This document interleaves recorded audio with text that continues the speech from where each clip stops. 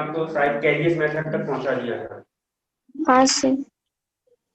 तो देखें कैरियस मेथड में आपको मैं ये बता चुका था कि होता क्या है कि हमें ऑर्गेनिक कंपाउंड से, जैसे हमें आप सपोज करो कोई ये ऑर्गेनिक कंपाउंड है, इसमें काफी लोग हैं, हमें हेलोजन को रिमूव करना है। हेलोजन रिमूव कर सकते हैं और फास्फोरस रिमूव कर सकते हो, सल्फर तीन लोग रिमूव करते हैं। तो आप पहली आइए हैं estimation of halogen. Estimation of halogen, और मैंने कल के लेक्चर में आपको बताया था हेलोजन का मतलब होता है फ्लोरीन, क्लोरीन, ब्रोमीन और आर्गन। तो फ्लोरीन तो रिएक्टिव होता है, इसकी बात नहीं करते। क्लोरीन को रिमूव कर सकते हैं, ब्रोमीन निकाल सकते हैं, आयरन निकाल सकते हैं।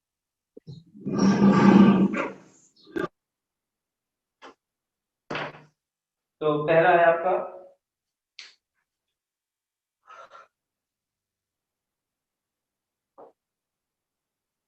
एस्टिमेशन ऑफ क्लोरीन के बाद क्लोरीन, एस्टिमेशन ऑफ हेलोजन में ये पॉइंट करके estimation of chlorine,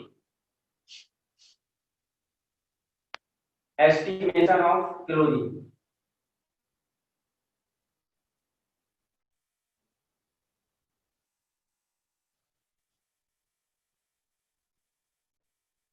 estimation of chlorine, तो देखिए कोई ये आपका ऑर्गेनिक कंपाउंड है,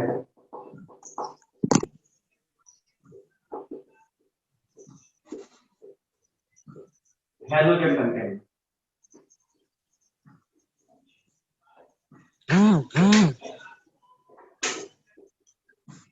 आराम से देखना, कोई ऐसा ऑर्गेनिक कंपाउंड है जिसके पास हेलोजन है, जैसे बोल देखो ये CH3COCH ऑर्गेनिक कंपाउंड है, कार्बन हाइड्रोजन जिसके पास है वो ऑर्गेनिक कंपाउंड कहलाता है। कार्बन वाले कंपाउंड ऑर्गेनिक कंपाउंड कहलाता है, इसके पास हाइड्रोजन है।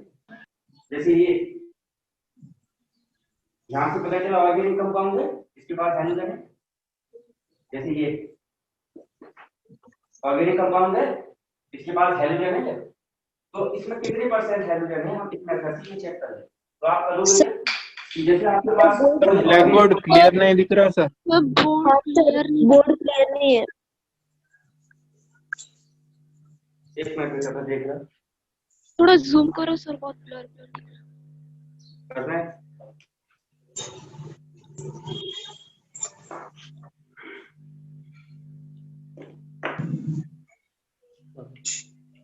सर अभी भी नहीं दिख रहा है। हाँ सर ब्लर है, थोड़ा ब्लर है। आपके यहाँ नेटवर्क की दिक्कत आ रही होगी मेरा, इसमें तो दिख रहा है बंदर, मैं थोड़ा और डार्क सर करके लिखता हूँ। फेंट फेंट दिख रहा है। मैं अभी और डार्क करता हूँ।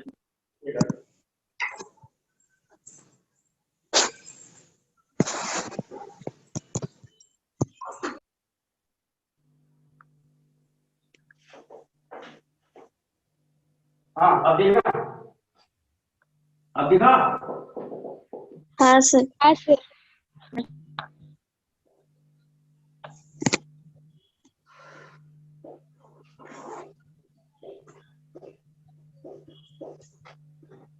ठीक है, ये कोई ऑर्गेनिक कंपाउंड है जिसके पास हेलोजन वाला ग्रुप है। इस ऑर्गेनिक कंपाउंड में कितने परसेंट हेलोजन है ये हम कैरियस मेथड से देखते हैं। ठीक है, हाँ सर। गौर से देखो, कोई भी ऑर्गेनिक कंपाउंड है आप उसमें डाल दिया करो AgNO3। अगर ऑर्गेनिक कंपाउंड है उसके पास हेलोजन है, आप उसमें AgNO3 डाल दिया करो। तो गौर से देखो, ये आपका ऑर्गेनिक कंपाउंड था, सपोज करो उसके पास हेलोजन है, ये मैं ऐसे बना दूं, इसका मतलब क्या है ऑर्गेनिक कंपाउंड, और इसके पास हेलोजन था। तो जैसे ही आप उसमें AgNO3 डालोगे बेटा, तो इसका Ag और इसका Br, ये AgBr बना लेते हैं और आपका हेलोजन अलग हो गया, सिल्वर के साथ आ गया। हाँ। फिर से एक बात देखो, अगर आपके पास कोई ऑर्गेनिक मिक्सचर है जिसके पास हेलोजन है और आपको परसेंटेज ऑफ हेलोजन देखना है, तो आप उसमें AgNO3 डालोगे। तो जैसे ही आप AgNO3 इसके अंदर डालोगे तो AgNO3 का सिल्वर और इसका हेलोजन आपस में रिएक्शन करके AgBr बना देंगे और आप इसको सेपरेट कर लोगे, यहां से आपको परसेंटेज पता चल जाएगा। समझा या नहीं समझा?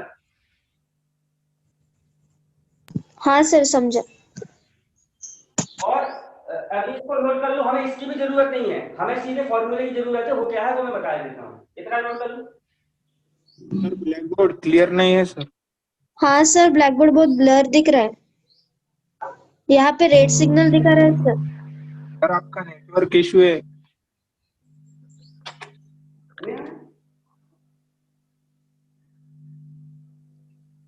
नहीं सर, दिख रहा है। देखो बेटा, यहाँ तो बात है कि क्लियर दिखाई दे रहा है मेरे वाले में। अब पता नहीं नेटवर्क इशू आपके यहाँ है कि मेरे यहाँ है। अपन बिल्कुल आराम आराम चलते हैं, आप देखते जाओ कितना आ रहा है, कितनी स्पीड आ रही है तुम्हारे यहाँ। क्या है देखो, सर अभी ठीक है, हाँ सर, अभी दिख रहा है। हो गया। हाँ सर। हाँ तो हाँ सर। सर। मेरा ये कहने का मतलब है कि ऑर्गेनिक कंपाउंड है, अगर उसके पास हेलोजन वाला ग्रुप है तो आप उसमें AgNO3 डाल दिया करो, तो इसका सिल्वर और इसका हेलोजन आपस में रिएक्शन करके AgBr बना देंगे। अब फॉर्मूला क्या होता है वो देख लें।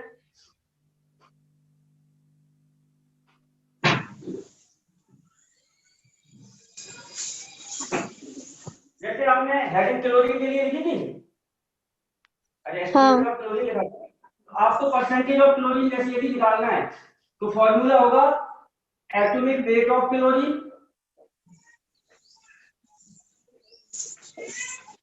Upon atomic weight of AgCl into weight of AgCl upon weight of organic compound।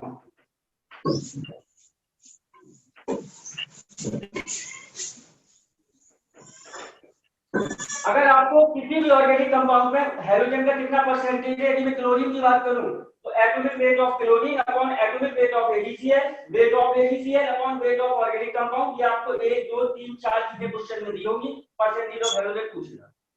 और एक मिनट और देखिए, ये तो हो गई बात क्लोरीन की। अगर मुझे परसेंटेज ऑफ ब्रोमीन निकालना है, ब्रोमीन भी तो हेलोजन है, तो फॉर्मूला कैसे बनेगा। यहाँ क्लोरीन का देख रहा था तो एटॉमिक वेट ऑफ क्लोरीन, अब यहाँ एटॉमिक वेट ऑफ ब्रोमीन हो जाएगा क्या। हाँ। हाँ। Atomic weight of bromine upon, अब यहाँ बन रहा था AgCl तो वहां AgBr बनेगा। हाँ। Atomic weight of AgBr into weight of AgBr upon weight of organic compound. Organic compound.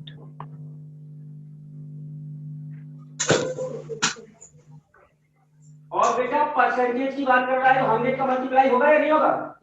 100। हाँ सर। हाँ सर। और देखें, अभी आप देखते रहे, अगर वो आयोडीन की बात करता तो परसेंटेज ऑफ आयोडीन बराबर फॉर्मूला क्या बनता, atomic weight of iodine. Iodine. हाँ atomic weight of AgI। Weight of AgI। Weight of organic compound. नहीं समझा तो आप क्लोरीन की परसेंटेज निकाल सकते हो, ब्रोमीन की और आयोडीन की, कोई दिक्कत। No sir. No sir. Note कर ले, क्वेश्चन करवा देगा तो आपको समझ में आ जाएगा।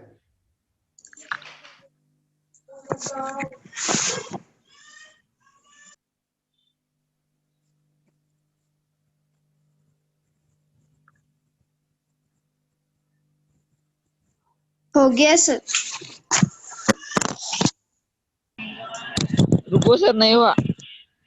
ये आपका बेटा जो मैं अगला क्वेश्चन करवा रहा हूँ ईयर भी क्लियर करो, जेई मेंस में आया है आपका 2015 में, पुराना पेपर है, आप गूगल पे करके देख लीजिए, यहाँ से क्वेश्चन था।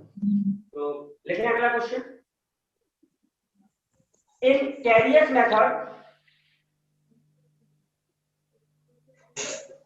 इन इन कैरियस मेथड, आप कैरियस मेथड ही तो पढ़ रहे हो। In Carius method of estimation of halogen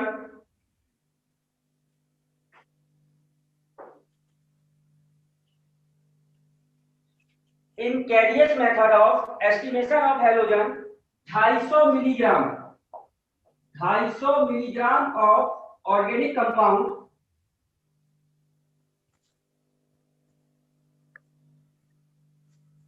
give 141 milligram of AgBr. The percentage of bromine in a compound. Percentage of bromine. Percentage of bromine. The percentage of bromine in the compound. आपसे percentage of bromine पूछा है और आपको उसने hint दिया है कि जो सिल्वर है इसका एटॉमिक मास होता है 108 और जो AgBr है इसका एटॉमिक मास सॉरी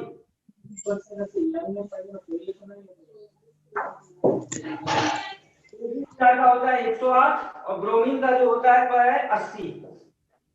या आप हिंदी में लिखें नीचे।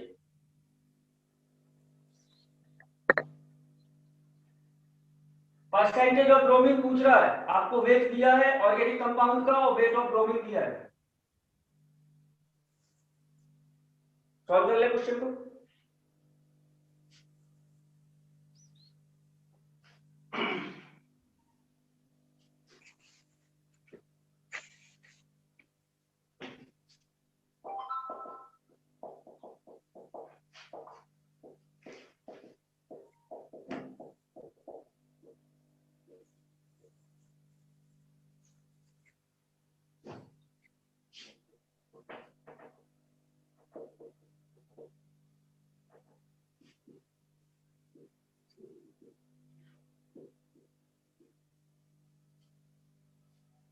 ये 188 है बेटा, ये AgBr 188 है, 108 नहीं 188 करना है। AgBr का जो मॉलिक्यूलर वेट है वो 188 है।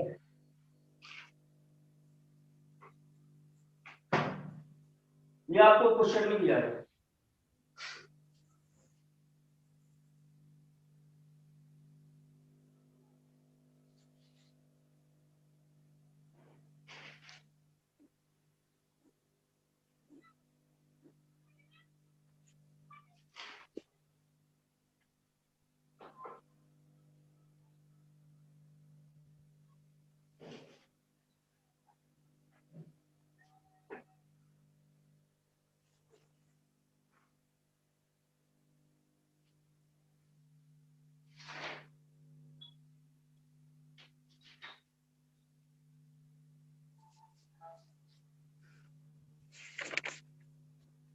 हो गया?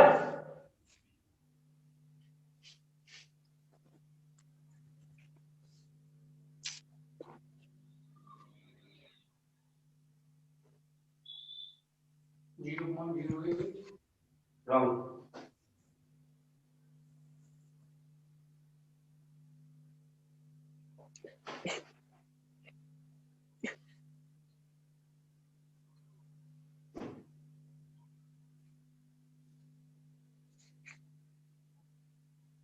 सौ का आंसर लाई लीजिएगा तुम्हें फिर भी चला गया।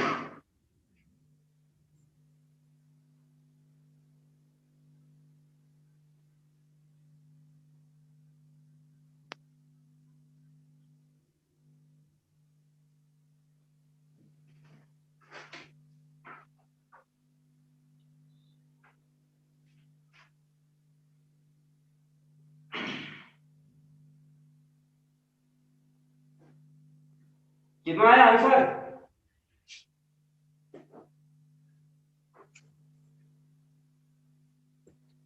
ठीक है, हो रहा है नहीं हो रहा? पहले आप ये बताओ।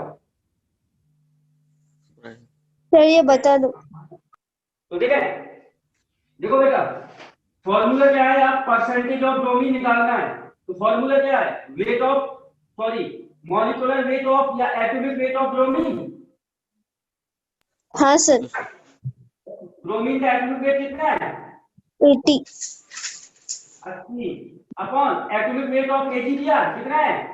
188 और फिर बाद में वेट ऑफ ब्रोमीन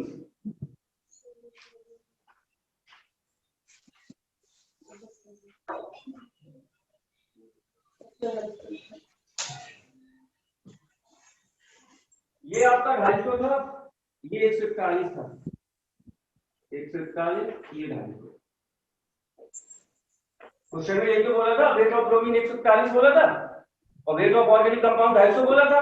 तो फॉर्मूला आपका ये हो जाएगा 141 अपॉन 250 into 100। समझा नहीं समझा? हाँ सर समझा। हाँ सर।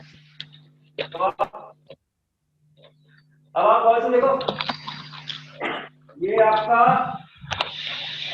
1 0 से 0 कैंसिल हाँ और 25 into 4 100।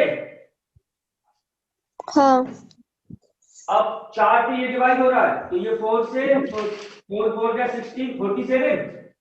हाँ आपका यहाँ बचा 8 into 141 अपॉन 47। हाँ आपने इसका 8 का मल्टीप्लाई करा तो 8 बन जाए 8, 8 4 जा 32 और ये 1128 अपॉन 47। हाँ और जब आप इसको सॉल्व करोगे तो लगभग 24% आएगा क्या? हाँ समझ में आया नहीं आया? समझा सर। अरे क्या था फॉर्मूला, क्या था? एटॉमिक वेट ऑफ ब्रोमीन 80 है upon atomic weight of AgBr 188 है, weight of bromine upon weight of organic compound ये होगा। समझा? हाँ सर। नोट कर ले। हाँ सर।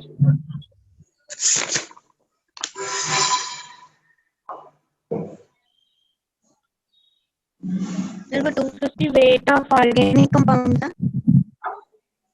हाँ बेटा, तो wait of organic compound weight of bromine, हाँ ये ऑर्गेनिक कंपाउंड हो गए ना।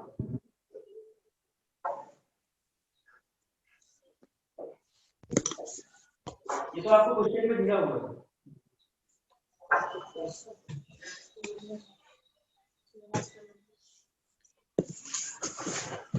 अगला है आपका estimation of sulphur. Estimation of sulphur,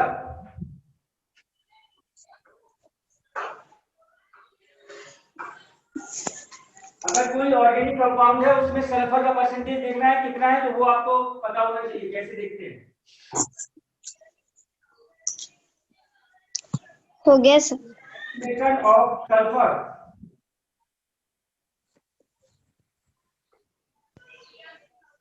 और देखो बिल्कुल सेम वही है, परसेंटेज ऑफ सल्फर बराबर जिसको सॉल्व करता है उसका एटॉमिक वेट। तो आप ऐसे लिखोगे atomic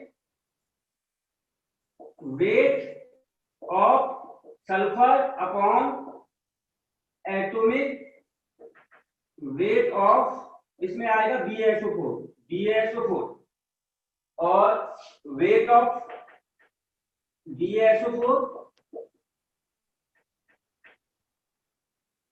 upon weight of organic compound.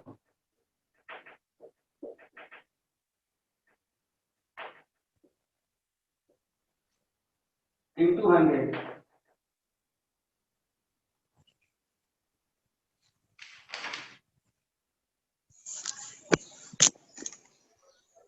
जिसका अपन को निकालना है उसका एटॉमिक वेट ऊपर रहता है और BaSO4 बनेगा, उसका एटॉमिक वेट नीचे रहेगा और weight of BaSO4 upon weight of organic. हो गया? हो गया सर। अब देखो बेटा ये वाला वो वाला सेम है। अब उसमें आपको पता है सल्फर का 32 होता है और BaSO4 का आप निकाल लोगे, इसका मॉलिक्यूलर वेट जो होगा वो क्वेश्चन में दिया होगा, ये वैल्यू तो मिल जाएगी और ये दो वेट दिए होंगे परसेंटेज। समझा नहीं समझा? हाँ सर। लास्ट है आपका एस्टिमेशन ऑफ फास्फोरस।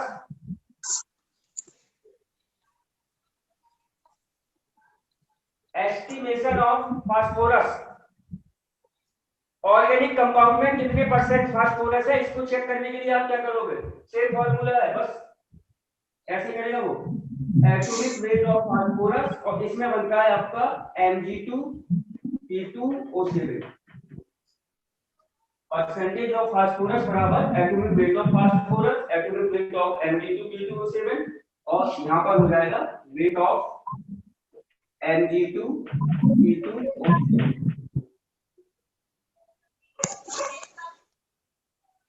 और फास्फोरस का याद रखिएगा 31 होता है और Mg2P2O7 का जो मोलिकुलर वेट होता है वो होता है आपका 222।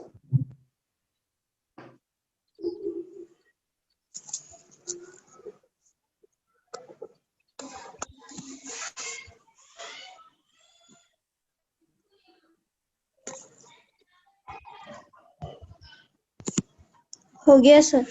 हो गया सर। तो बेटा आप हेलोजन की परसेंटेज निकाल लोगे, आप सल्फर की परसेंटेज निकाल लोगे, आप फास्फोरस की परसेंटेज निकाल लोगे। कॉन्सेप्ट सेम ही है। अभी तक जितने बार भी अभी तक का मैं आपको रिकॉर्ड बता रहा हूँ आपके नीट के पेपर का, ज्यादातर हेलोजन का ही परसेंटेज आया है, 99% है, अगर एग्जाम में क्वेश्चन आया है।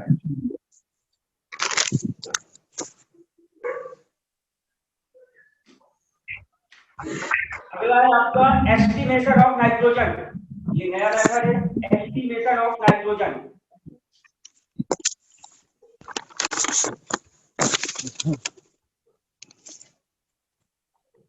Estimation of nitrogen.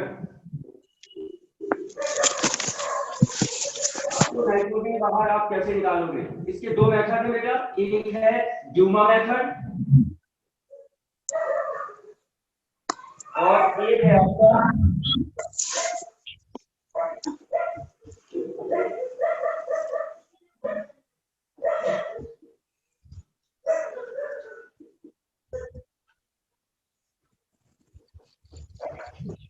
नाइट्रोजन को निकालने के बाहर निकालने की दो परसेंटेज है, ड्यूमा मेथड और ये है किजाल मेथड।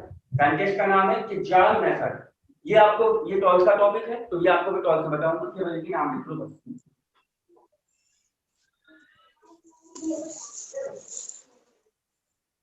ड्यूमा मेथड और किंजाल मेथड। हो गया सर। हो गया सर। एक पेज आप छोड़ दो, एक पेज ऐसे कि इस तरफ और इस तरफ का एक पेज बन जाता है। तो ये जब आप सॉल्व में कुछ कॉन्सेप्ट करेंगे वो आते होंगे, तब आपको नहीं बता दूंगा, केवल नाम याद रखना है। हो गया? हाँ sir. Very good.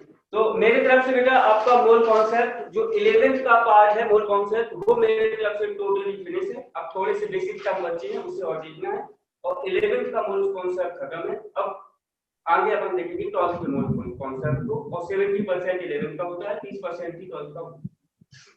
Okay sir. आगे हम बढ़ते हैं, हेडिंग सॉल्यूशन। हेडिंग क्या सर? सॉल्यूशन। सॉरी।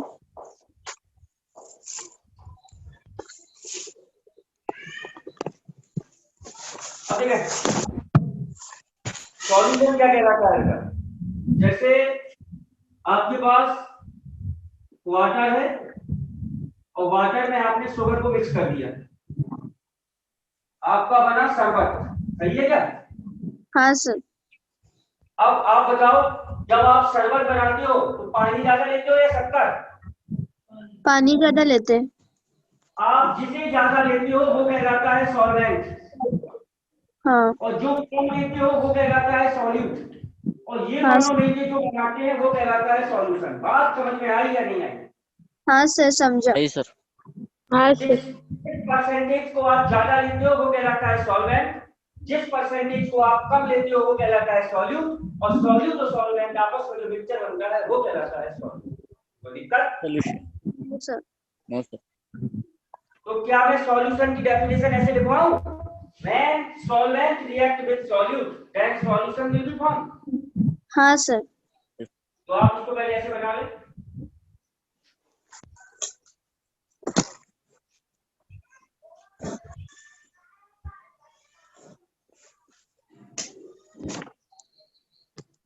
हो गया सर। और सॉल्यूशन की डेफिनेशन लिख लें ऐसे करके।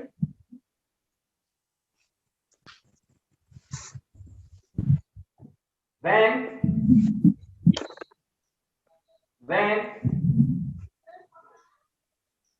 solute react with solvent, when solute react with solvent, then solution form.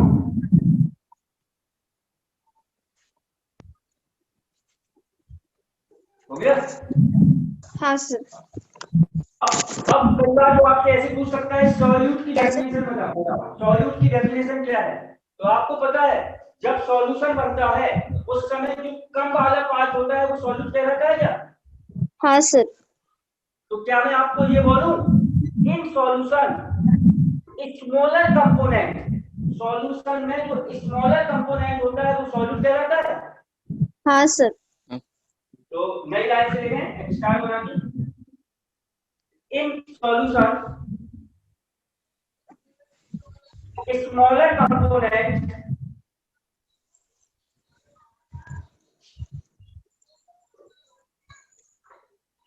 in solution a smaller component called solute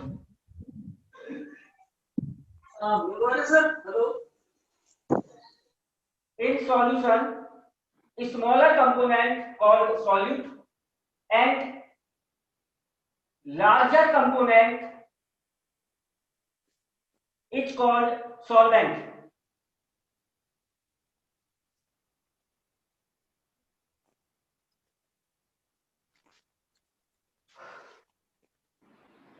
हो गया बेटा? हाँ सर। तो आप सॉल्यूट का मतलब समझ गए, सॉल्वेंट का मतलब समझ गए और सॉल्यूशन का मतलब समझ गए। मैं कुछ एग्जांपल कर रहा हूं, आपको लिखना नहीं है, केवल समझना है। देखो ये है पानी, एक गिलास पानी है वाटर, आपने इसमें नींबू डाल दिया लेमन, और जैसे ही आपने लेमन डाला तो आपका मिक्सचर ये बना, ये पानी के पार्टिकल हैं और ये नींबू के पार्टिकल। तो आपको पता है सॉल्वेंट कौन है?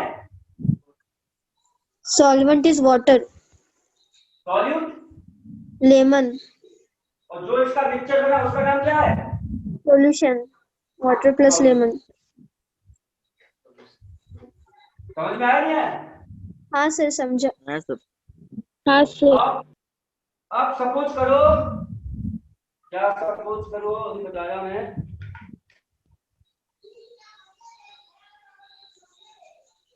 देखो जैसे मेरे पास ये पेन है,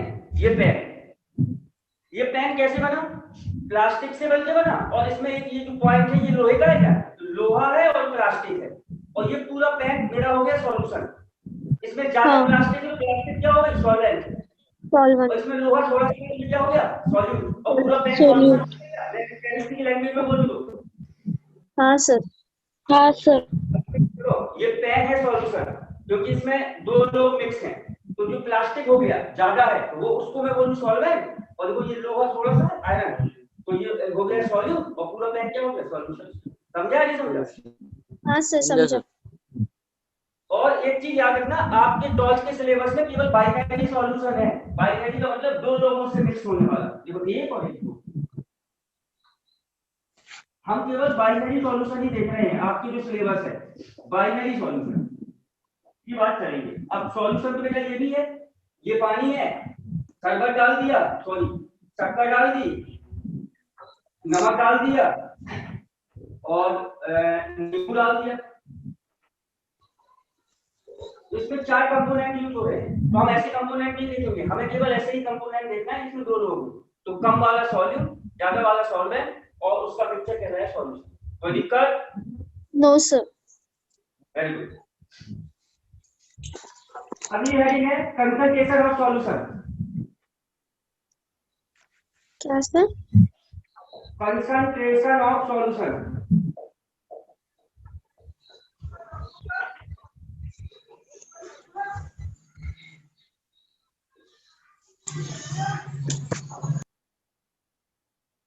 concentration of solution,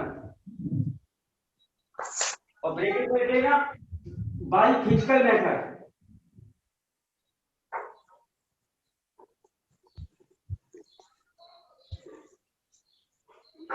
yes sir, yes sir.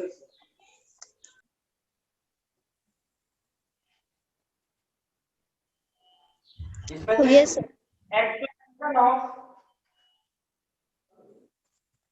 amount, comma percentage, comma quantity,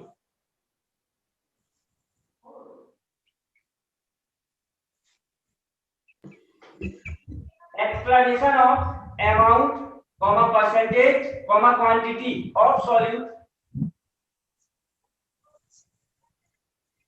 in solution,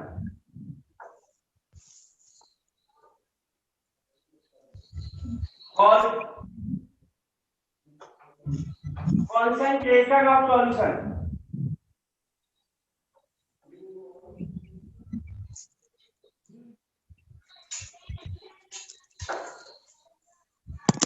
मतलब आपके सॉल्यूशन में सॉल्यूट का क्या परसेंटेज है, क्या क्वांटिटी है, उसको एक्सप्लेन करना ही कंसंट्रेशन ऑफ सॉल्यूशन होता है। अब देखिए इसमें हमें कौन कौन से टर्म पढ़ने हैं, केवल हमें याद रखने हैं।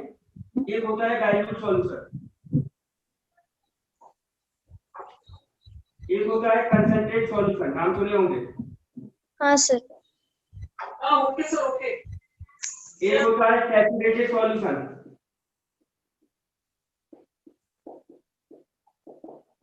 एक होता है सुपर सैचुरेटेड सॉल्यूशन,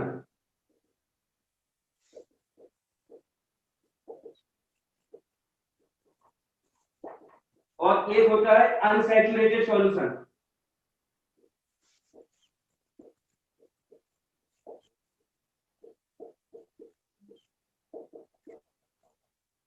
फिर से एक बार मैं रिपीट करूंगा, आपको बिल्कुल गौर से समझना है, मैं बिल्कुल आराम से बोलूंगा, जब समझ में आ जाए तभी हाँ बोलना है, नहीं तो आपको हाँ नहीं बोलना है।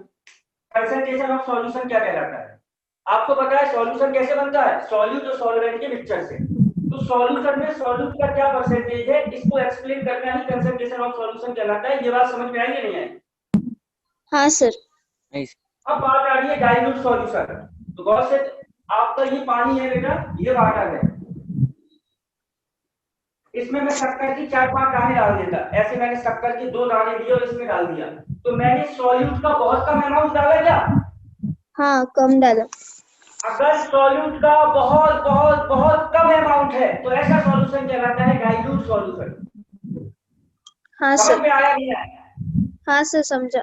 अगर हम बहुत ज्यादा मीठा खाते हैं तो ये है आपका 100 ग्राम वाटर और इसमें हमने 40 ग्राम शक्कर डाल दी, अच्छा मीठा शरबत बनेगा। और सॉल्यूट में बहुत ज्यादा अमाउंट डाला क्या? हाँ। अगर सॉल्यूट का अमाउंट बहुत ज्यादा है तो ऐसा सॉल्यूशन कहलाता है कंसंट्रेट सॉल्यूशन। ये दोनों समझ में आए या नहीं आए? हाँ सर, समझा। एक बार मैं फिर से रिपीट करता हूँ, कंसंट्रेशन ऑफ सॉल्यूशन की डेफिनेशन क्या है कि सॉल्यूशन में सॉल्यूट का क्या अमाउंट या परसेंटेज या कंपोजिशन है, उसको आप कंसंट्रेशन ऑफ सॉल्यूशन बोलते हो। अगर सॉल्यूट का अमाउंट बहुत कम है तो डाइल्यूट सॉल्यूशन, अगर सॉल्यूट का अमाउंट ज्यादा है तो कंसंट्रेट सॉल्यूशन। ये दोनों क्लियर हुए या नहीं हुए? हाँ सर, क्लियर है। अब अगली बात आ रही है सैचुरेटेड सॉल्यूशन क्या है। तो इसको समझने के लिए थोड़ा सा एक स्टोरी बतानी पड़ेगी आपको, जिसे आप कहानी बोलते हैं। आप आज घर जाना, 1 गिलास पानी लेना, हालांकि घर पे ही हो तो आप क्लास के बाद 1 गिलास पानी लेना, उसमें 2 चम्मच शक्कर के डालना, डिजॉल्व हो जाएगी।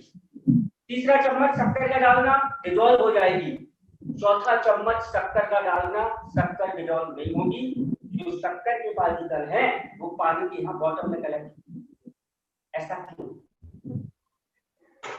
फिर एक बार रिपीट कर रहा हूँ, आपने लिया 1 गिलास पानी, लगभग 100 ग्राम पानी लिया, आपने इसमें शुगर ऐड करी,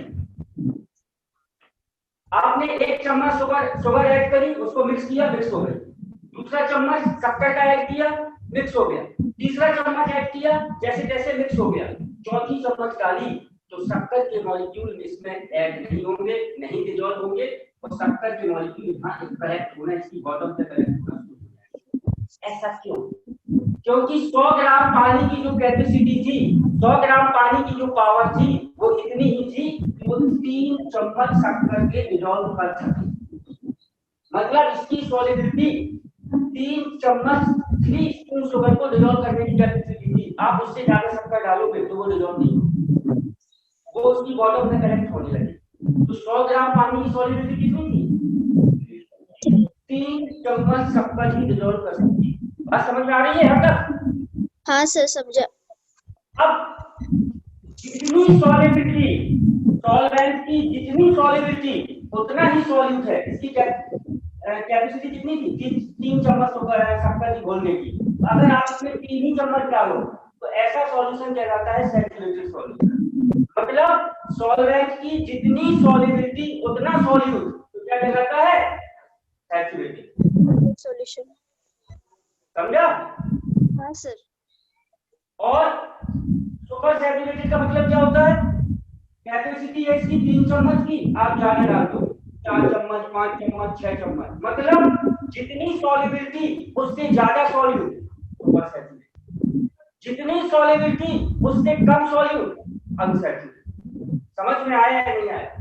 हाँ सर समझा। एक बार फिर से रिपीट करूंगा, जितनी सॉल्युबिलिटी उतना सॉल्यूट सैचुरेटेड। यदि आप तीन चम्मच डाल रहे हो तो सैचुरेटेड। सुपर सैचुरेटेड का मतलब जितनी सॉल्युबिलिटी उससे ज्यादा सॉल्यूट सुपर सैचुरेटेड। अनसैचुरेटेड का मतलब जितनी सॉल्युबिलिटी उससे कम सॉल्यूट अनसैचुरेटेड। समझा या नहीं समझा? समझा सर।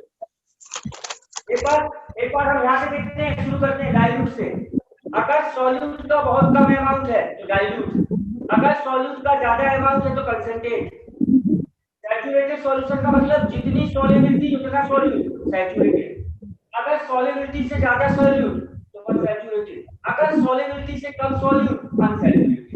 तो बोर्ड पर जितना मेथड था ये समझ में आया क्या या नहीं आया? समझा सर। आप केवल ये नोट कर लो, ये सब आपके हालांकि 12th के पार्ट हैं, लेकिन 11th में इनके नाम आते रहते हैं, इसलिए मैं इनको करवा रहा हूँ। मूल कॉन्सेप्ट आपको खत्म हो चुका है 11th का। अच्छा थैंक्स। आज आपको क्वेश्चन मैं भेज दूंगा, तो आपको क्वेश्चन करने हैं, कल हम उन्हीं को डिस्कस करेंगे, हालांकि आपसे हो जाएंगे।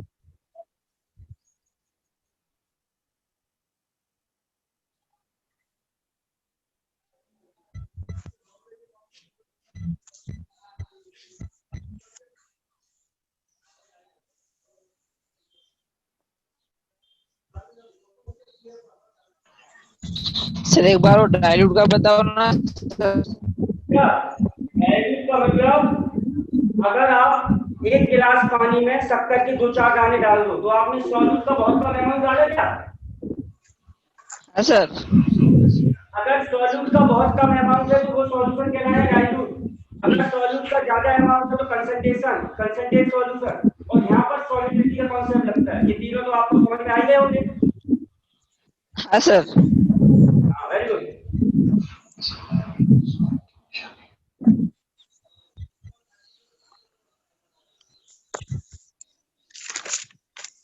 हो गया? हाँ सर। अब अपन आगे की तरफ बढ़ते हैं। अगली हेडिंग आपकी कंसंट्रेशन ऑफ सॉल्यूशन, और यहाँ लिखना है chemical method. Concentration of solution और यहाँ लिखना है केमिकल मेथड।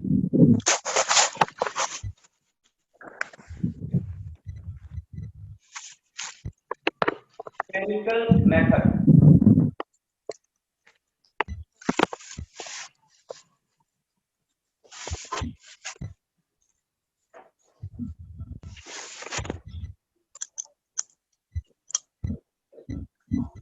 देखो हमें इसमें क्या क्या पढ़ना है बेटा?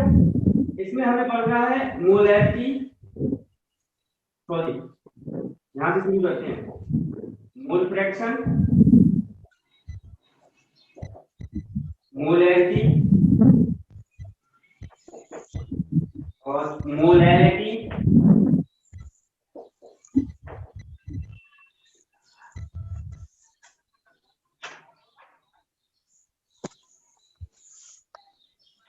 और नॉर्मेलिटी।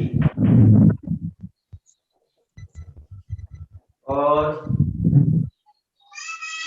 यहाँ पर 2 चीजें और पढ़नी है, percentage weight by weight, percentage weight by volume, और ग्राम पर लीटर कंसंट्रेशन।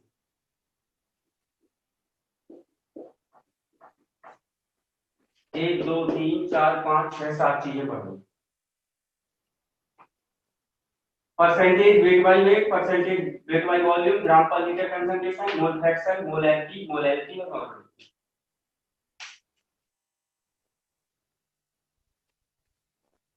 ये आपके 12th के सॉल्यूशन का चैप्टर है, हालांकि लेकिन आपके इंग्लिश हिंदी रहते हैं कॉन्सेप्ट। सर वो लास्ट वाले के ग्राम अपॉन। हाँ सर। हाँ सर। पहली हेडिंग है आपकी मोल फ्रैक्शन। मोल फ्रैक्शन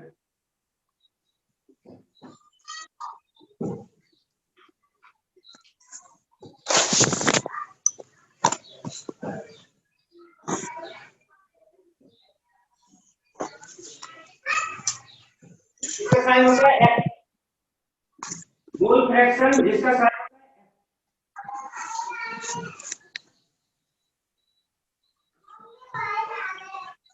हाँ ठीक है। फॉर्मूला देखना बेटा, साइन होता है x मोल फ्रैक्शन का, तो देखिए मोल फ्रैक्शन ऑफ सॉल्यूट, फॉर्मूला क्या होगा, देखो ये हम किसका मोल फ्रैक्शन देख रहे हैं, सोल्यूट का सॉल्यूट क्या होता है, कम वाला या ज्यादा वाला, कम होता है सॉल्वेंट से।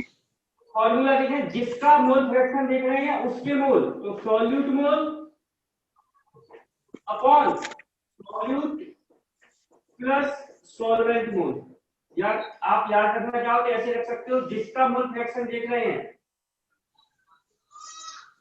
उसके मोल ऊपर रहेंगे, तो सॉल्यूट के मोल अपॉन सॉल्यूट प्लस सॉल्वेंट के मोल। समझा या नहीं समझा? हाँ सर समझा। और देखें अब होता है आपका सॉल्वेंट, अगर सॉल्वेंट का मोल फ्रैक्शन देख रहे हैं तो फॉर्मूला क्या होगा, सॉल्वेंट के मोल ऊपर चले जाएंगे, जिसका देख रहे हैं उसका ऊपर रहता है, तो solvent mole upon solute plus solvent mole. समझा या नहीं समझा? हाँ सर समझा। और इसको आप ऐसे भी लिख सकते हो, n का मतलब होता है मोल, तो सॉल्वेंट ऊपर अपॉन n सॉल्वेंट और प्लस n, कोई दिक्कत? No sir.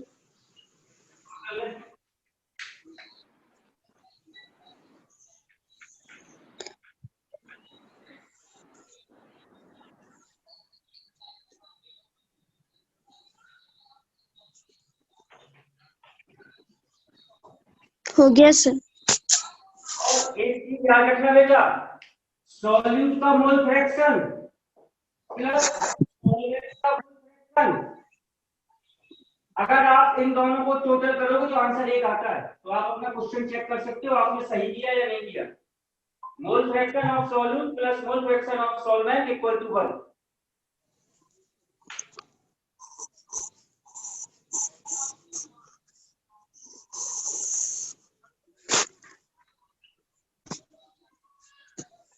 हो गया सर। हाँ सर। एक बार फिर से मैं रिपीट करूंगा, मोल फ्रैक्शन ऑफ सॉल्यूट, तो जिसको हम देख रहे हैं उसके मोल ऊपर, सॉल्यूट के मोल अपॉन टोटल मोल, मतलब सॉल्यूट प्लस सॉल्वेंट के मोल।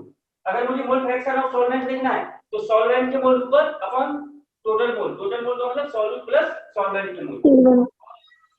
सॉल्यूट के मोल फ्रैक्शन और सॉल्वेंट के मोल फ्रैक्शन अगर हम इनको ऐड करेंगे तो आंसर हमेशा एक आता है। कोई दिक्कत? No sir.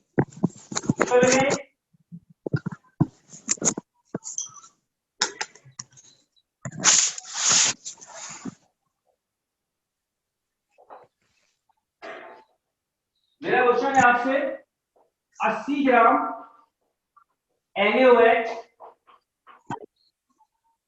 dissolved in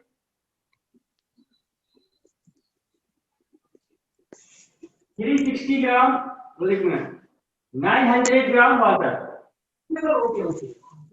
900 gram water, calculate mole fraction of NaOH and water, और इसका मॉलिक्यूलर वेट होता है 40 और इसका होता है 18। तो मैं सॉल्व करूंगी, आपसे हो जाएगा?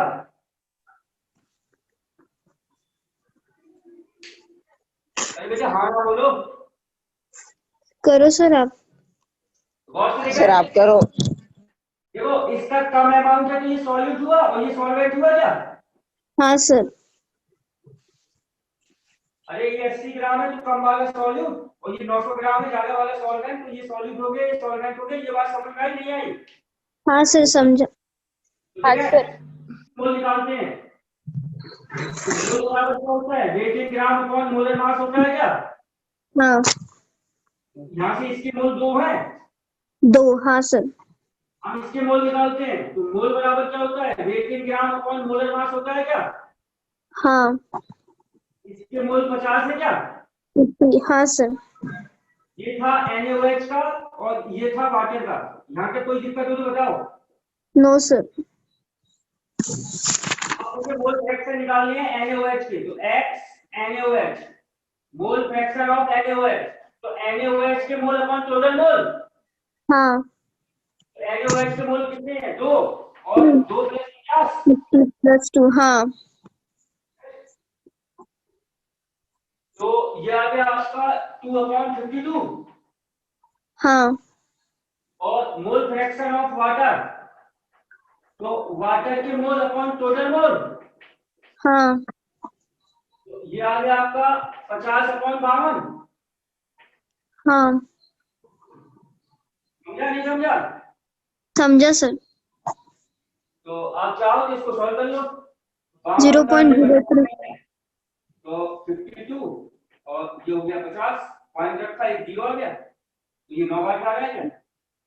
तो 9 2 जा 18 और 9 5 45 और 1 46, तो 10 में से 8 गया 2 और यहाँ आया 9, 9 में से 6 गया 3 और ये अब कितने बार? 5 6 बार, तो ये आ गया 0.96 हाँ 961 माइनस और ये 0.03 आता है। ये वाला आ गया 0.96 और इनका टोटल होता है 1, तो ये 0.04 हो गया इसका आंसर।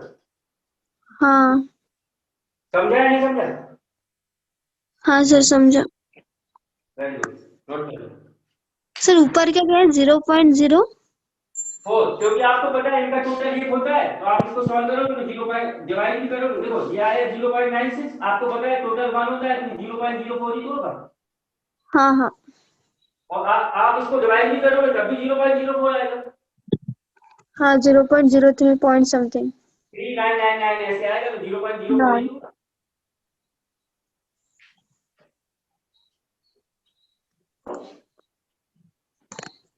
हो गया सर। अब अगला क्वेश्चन आपको करना है।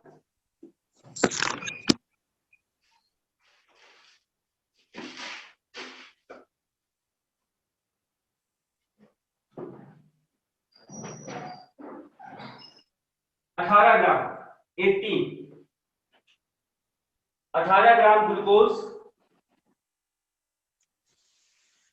dissolved in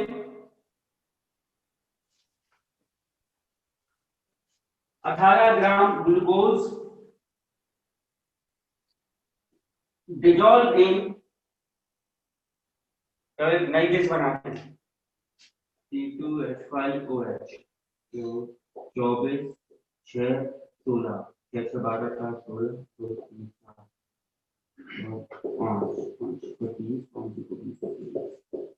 230 gram ethyl alcohol C2H5OH, 230 gram ethyl alcohol, मतलब मैंने ग्लूकोज को अल्कोहल में मिक्स कर दिया, आप गए आपने एक बियर की बोतल ली, उसमें ग्लूकोज डाल दिया एनर्जी के लिए, ये बियर विस्की सब में इथाइल एल्कोहल ही होता है। क्वेश्चन क्या था? 18 gram glucose dissolve in 230 gram. Calculate mole fraction of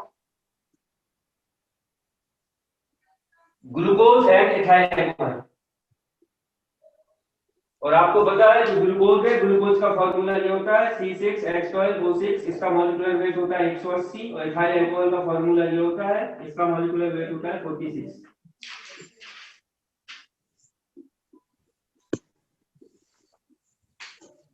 glucose का मॉलिक्यूलर वेट होता है 180, इसका होता है 46, ये मैं आपको बताता रहता हूं।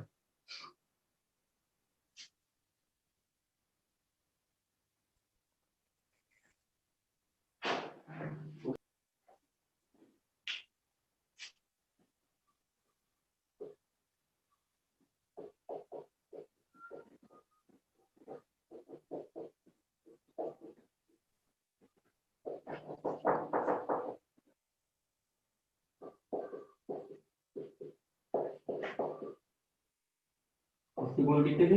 इथाइल एल्कोहल का वेट कितना था?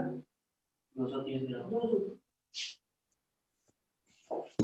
Sir, answer is mole fraction of glucose is 0.01 and mole fraction of ethyl alcohol is 0.9. 0.9 और ग्लूकोज का आ रहा है 1/11, इथाइल अल्कोहल का 10/11। सही है, ये भी ये भी सही प्लस हो गया। समझ गए बेटा? Yes, sir. तो मोल फ्रैक्शन के क्वेश्चन ऐसे आते हैं। अब वो आपको ये वेट दे देता है, यहाँ से आपको मोल निकालना है। कई बार आपको ये भी कह देगा कि इसकी इतनी मोल, इसकी इतनी मोल, वहां से आगे बढ़ते हैं। अगला है आपका percentage weight by weight. Percentage weight by weight, और उसको आप ऐसे लिखते हो, ऐसे लिख दो परसेंटेज वेट बाय वेट, या इसको परसेंटेज W बाई W। ये इसका मतलब शॉर्ट फॉर्म होता है। इसका मतलब ये होता है परसेंटेज वेट बाय वेट। इसका फॉर्मूला देख ले। परसेंटेज वेट बाय वेट बराबर होता है weight of solute upon weight of solute plus weight of solvent into 100। Solute का ऊपर और सॉल्यूट प्लस सॉल्वेंट का नीचे। और आपको पता है सॉल्यूट और सॉल्वेंट दोनों के मिक्सचर को सॉल्यूशन कहा जाता है क्या? हाँ सर। तो आप इस फॉर्मूले को ऐसे भी लिख सकते हो, परसेंटेज वेट बाय वेट बराबर weight of solute Weight of solution upon weight of solution into 100।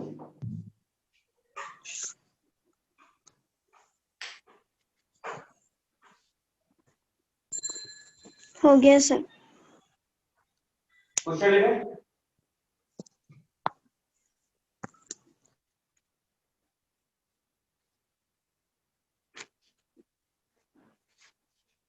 तो 25 ग्राम 25 ग्राम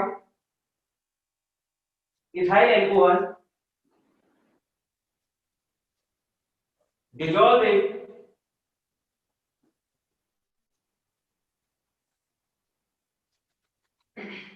100 ग्राम वाटर।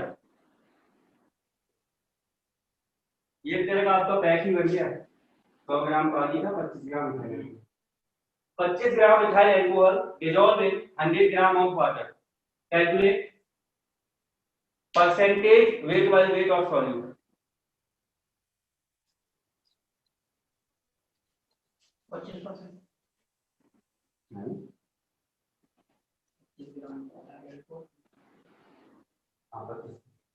कितना पानी का? 100 में 25 ग्राम 25 है ना? नहीं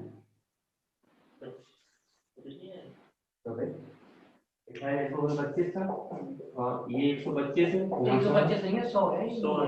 अरे तो दोनों को ऐड करोगे हाँ, तो ये 25 प्लस 100 ना होगा। बच्चों वाली गलतियां कर रहे हो।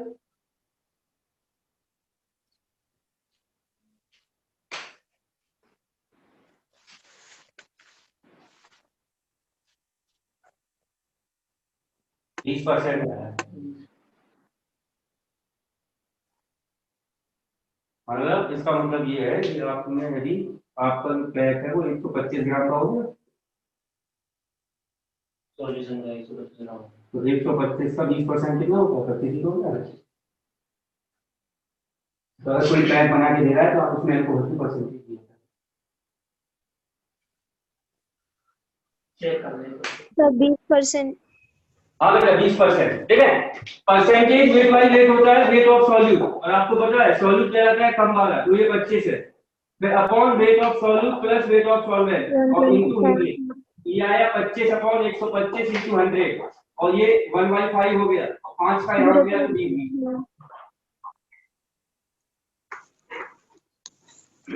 समझ में आया? हाँ सर। अब एक चीज याद रखना, जब मतलब पेपर थोड़ा उठ पटांग का आता है तो यहाँ से हमें एक चीज पता चलती है। अगर आपका आंसर 20% आया तो इसका मतलब क्या है? इसका मतलब ये है बेटा कि 20 ग्राम सॉल्यूट 100 ग्राम सॉल्यूशन में डिसॉल्व है। अगर परसेंटेज वेट बाय वेट का आंसर 20 आया तो इसका मतलब है कि 20 ग्राम सॉल्यूट 100 ग्राम सॉल्यूशन में डिसॉल्व है। बात समझ में आई नहीं आई? हाँ सर समझा। अगर ये आंसर 5 आता इसका मतलब था 5 ग्राम सॉल्यूट 100 ग्राम सॉल्यूशन में डिसॉल्व है। हाँ अगर सर। इसका आंसर 40 आता तो इसका मतलब था 40 ग्राम सॉल्यूट 100 ग्राम सॉल्यूशन में डिसॉल्व है। बात समझ में आई या नहीं आई? हाँ सर। तो नोट करके लिख लें। My answer is My answer is 20% weight by weight. My answer is 20% weight by weight. Meaning of this sentence. Meaning of this sentence is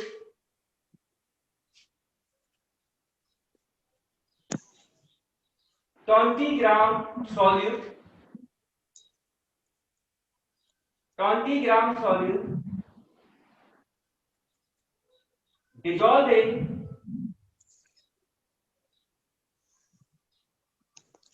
100 gram of solution.